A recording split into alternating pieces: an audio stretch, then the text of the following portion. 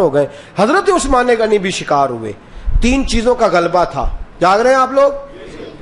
ایک سخاوت بڑی تھی حضرت عثمان کی طبیعت میں, اور دوسری نرمی بڑی تھی, تیسری حیا بڑی تھی. غلبہ رہا, غلبہ. حضرت ابو بکر صدیق کا زمانہ تھا تو ایک شخص ملک شام کا رہنے والا, بڑا قرضہ چڑھ گیا اس پہ,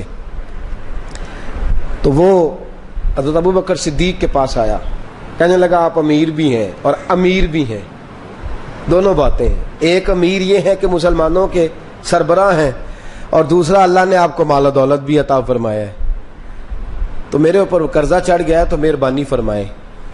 وہ کہتا ہے حضرت صدیق اکبر نے میرا ہاتھ پکڑا, گھر کے اندر لے گئے. باہر سے دروازہ بڑا اعلیٰ تھا, لیکن گھر کے اندر گیا تو چارپائی بھی کوئی نہیں تھی, کھجور کی چٹائیاں بچھی ہوئی تھی, کھجور کی چھال کی, اور وہ بھی پھٹی ہوئی. فرماتے ہیں سیدنا صدیق اکبر نے بٹھا لیا مجھے, اور مجھے کہنے لگے یار تجھے ایک عجیب بات نہ بتاؤں؟ کہ بتائیے. فرمانے لگے 3 دن ہو گئے میں نے اناج کا دانہ بھی نہیں کھایا, کھجور کے اوپر گزارا کر لیتا ہوں میں, آج کل حالات میرے ٹھیک نہیں ہیں. لگا جی پھر میں کیا کروں؟ تو آپ فرمانے لگے تو عثمان غنی کے پاس جا. کس کے پاس؟ شخص کہنے لگا جی مجھے تو بہت سارے پیسے چاہیے. تو آپ نے فرمایا تیری سوچ وہاں ختم ہوتی ہے جہاں سے عثمان کی سخاوت شروع ہوتی ہے. تیری سوچ وہاں تو جو سوچتا ہے نا اتنے ملیں گے, تیری ختم ہوتی ہے سوچ جہاں سے عثمان کی سخاوت شروع ہوتی ہے. تو جا. کہنے لگا جی آپ کا نام لوں؟ فرمایا ضرورت ہی نہیں پڑے گی. کہا جی میں ذکر کروں گا کہ مجھے امیر المومنین نے بھیجا ہے. فرمایا ضرورت ہے, صرف اتنا تو جا کے بتانا کہ میں مقروض ہوں اور رسول اللہ کا نوکر ہوں صلی اللہ علیہ. اتنا بتانا کہ مسلمان ہوں, مصطفیٰ کا غلام, بس, اور کسی اضافے کی ضرورت. کہا جی وہ دلیل مانگیں گے. فرمایا عثمان خیرات کرتے تفتیشیں نہیں کرتا.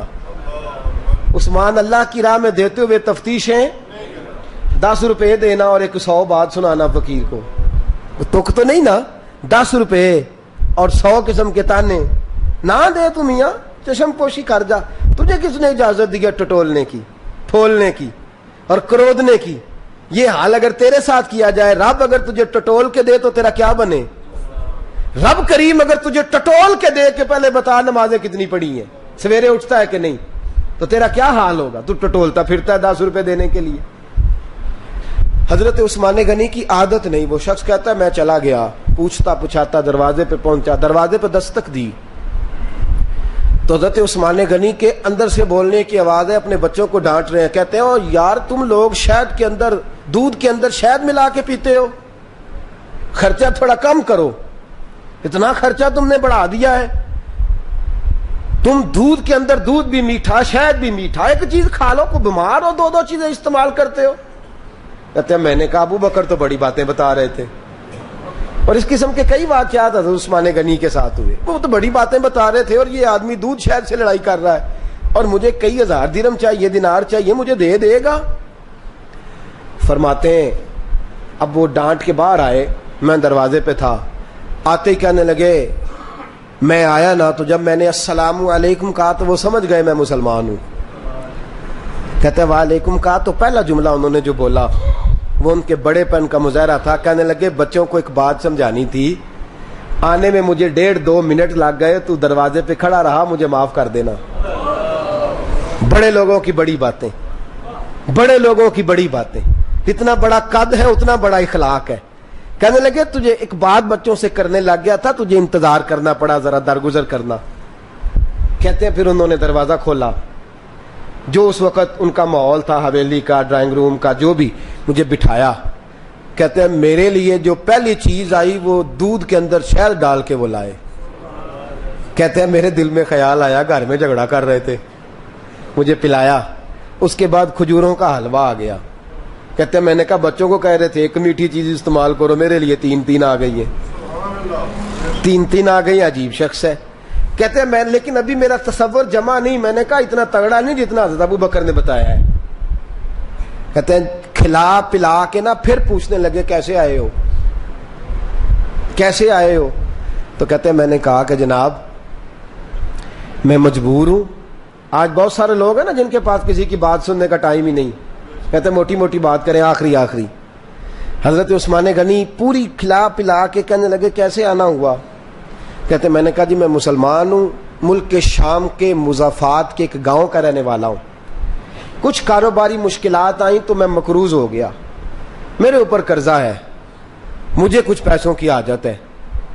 فرمانے لگے میں نے کچھ پیسے کہا، انہوں نے ایک آواز دی تو ان کا غلام آیا ایک اونٹ کے اوپر لدا ہوا سامان لے کے۔ کس کے اوپر؟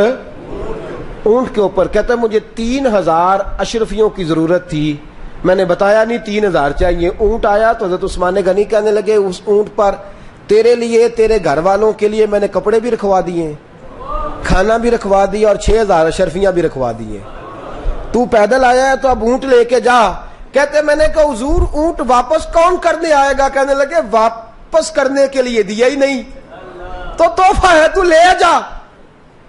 کہتے میں کہاں سے چلا تھا ڈھونڈتا اور مدینے میں آیا، اور جب مدینے میں آیا تو پھر اللہ نے جھولی بھر کے عطا فرمایا۔